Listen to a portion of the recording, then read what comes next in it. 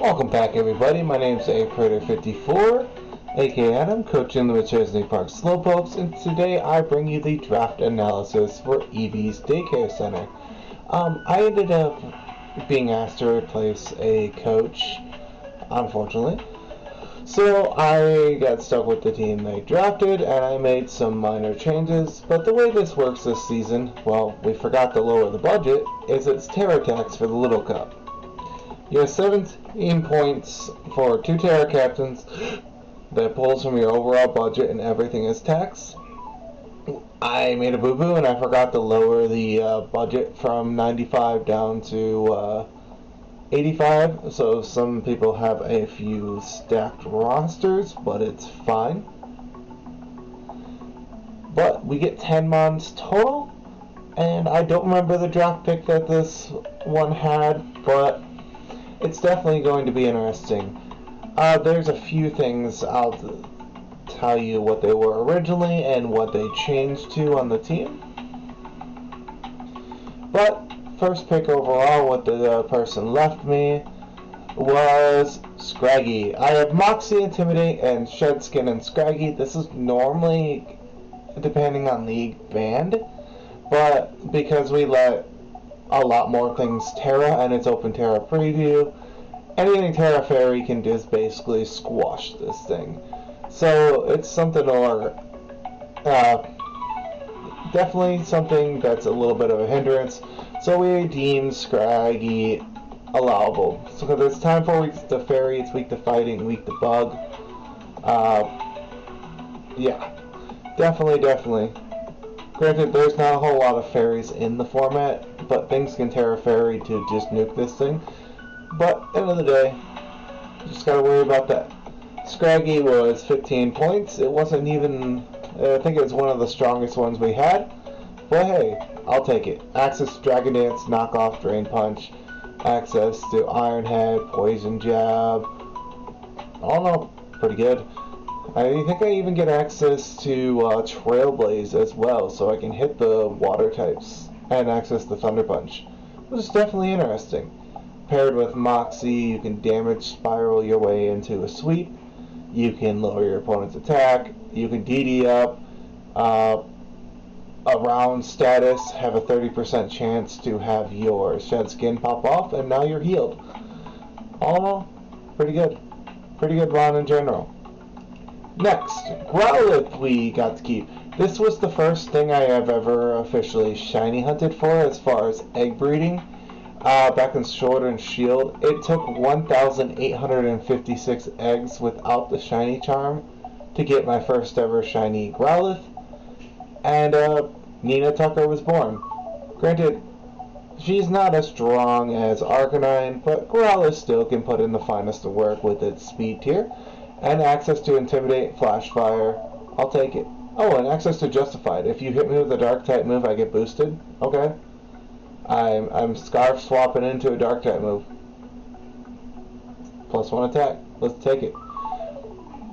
But Arcanine does a lot of things for the 10-point value that it is, and I look forward to seeing what this mon can do. Next, I got Minccino. This was good hazard removal for 75 speed, and I really love this shiny because of the frosted tips on its ears and tail, and the contrast to the pink and the limeish yellow green. It's a pretty mon. This was also 10 points as well. I have a sheet next to me if that's what you're wondering. I'm looking at. You know, I can put that in front of me so I can just look down instead. Let's be more professional with this. 75 base speed, even a little cup, translates to like 18 speed, which is pretty good. You outspeed a lot of things in the format. Access to Technician with loaded dice. You can have Bullet Seed, Tail Slap, hit 5 times. You can have Triple Axle, hit all 3 times if the first one connects. All in all, pretty good. And Triple Axle's Technician boosted, so all 3 hits are boosted. Okay. So instead of 20, 40, 60, it's now doing 30, 55, and the 75, which isn't bad for Technician boost. I had to do the math in my head roughly. I may be a little off on the last hit, but hey, it grows with each one. But all in all, being able to tidy up things, have T-Wave, have access to knockoff, have access to thief to steal items, all in all, pretty good amount. Even gets access to play rough for fighting types. And gives me a ghost immunity.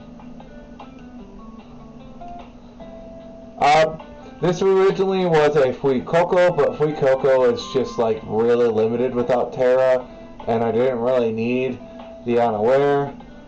And right, this original team had a really bad fighting weakness, which was dominated by the format, but also I have a ground weakness still, which is fine, but there's not a lot of ground types in this format that are offensive or incredibly bulky.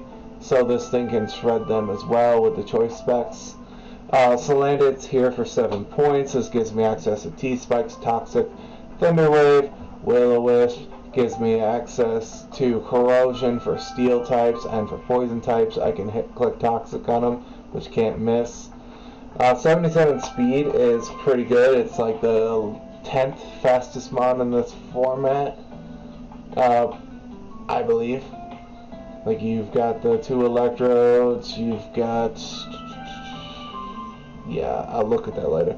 It's top 10 probably, but fire, poison, something to scuff at. Both stabs hit pretty well in this. There's a lot of babies that are grass type, and there's a lot of things that are weak to fire. All the ice types get crapped on by this, and this even can hit the ground types pretty good.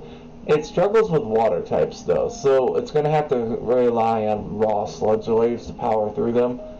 But at the end of the day, it is what it is, and we'll see what 7-point Salandit could do. I wanted to Terra this thing, but I just could not fit it. The previous coach left me Riolu. I almost made this a Terra Captain instead of the original Terra Captain the team had, which is going to be the next Pokemon. But Riolu with Prankster is pretty good. You can Swords Dance Prankster, then you could Trailblaze your speed up, hit CC, Rock Slide, Close Combat, Copycat into Drain Punch, steal your opponent's move as long as it's not a dark type and smack them. Oh no, not bad. Not bad at all. You can have a lot of fun with this thing. Granted, Prankster loses to dark types, but this thing punches dark types. So all in all, for 7 points, Riolu's a steal. It's a very good fighting type, especially with Eevees. So yeah, I'm double fighting, if you can see right now. So I prioritize having, end of the day, a heavy fairy resistance over having ground resistance because of the double fighting. I'm kind of forced to. Otherwise, fairy is just spammed into me, and so is psychic. It probably still is, but hey, it's fine. Next, for 10 points, we got Guts Boosted Larvitar. You can DD Terra Normal with Defensive Terra, and now you're a Gutsmon just swinging away at things, and your attack stats nothing to scuff at.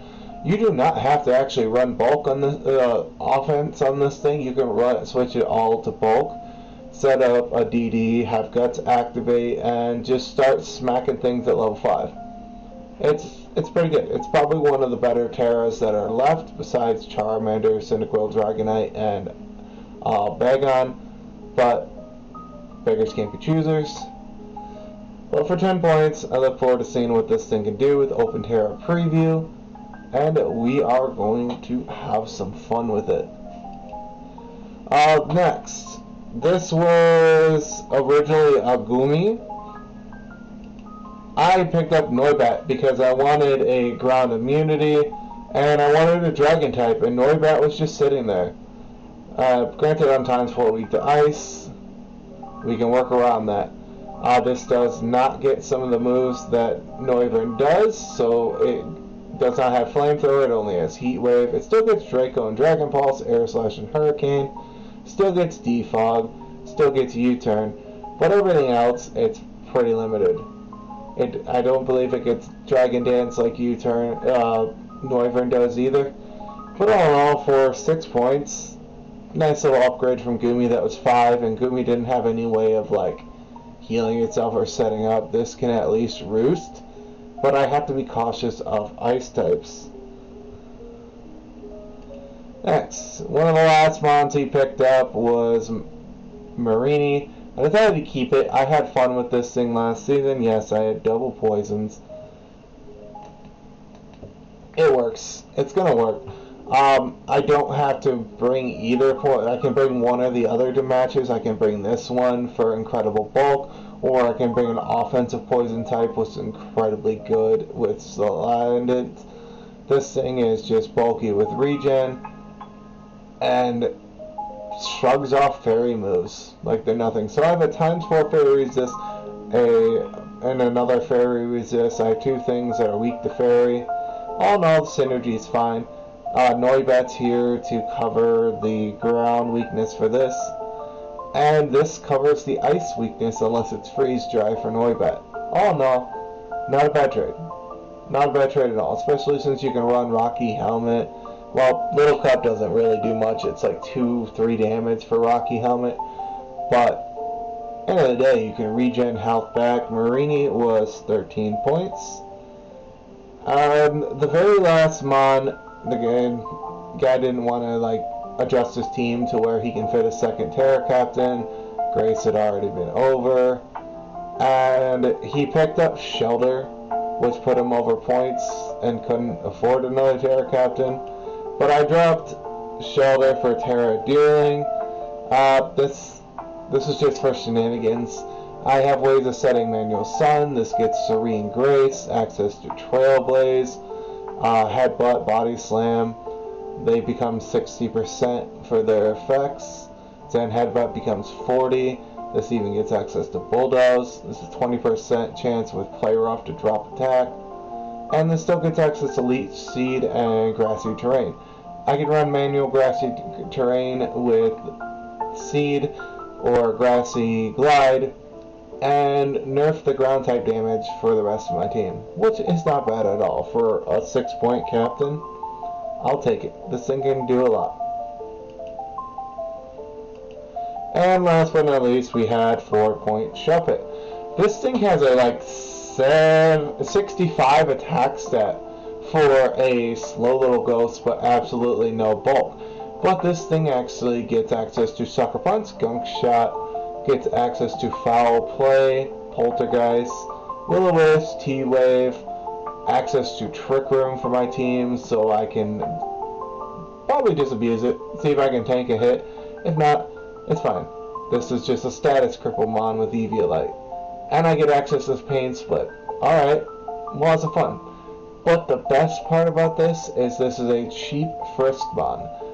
I can scout for items. You can show me what you got. Okay, I'll take it. But at the end of the day, Shuppet's gonna come when matchups don't have a crap ton of normal types or dark types, and I'm just gonna spam Poltergeist and start fishing for items. But anyways, at the end of the day, this is the team. I hope you guys enjoy. Like and subscribe if you haven't, and enjoy, and I will catch you later. Week 1 is versus my wife, so I'm just throwing a random team together. I gender 30 plus Pokemon for her to choose from throughout the first couple weeks. So I have no idea what's coming. I kind of just mentally bogged myself. But we'll see what happens. You guys have a good day. Peace.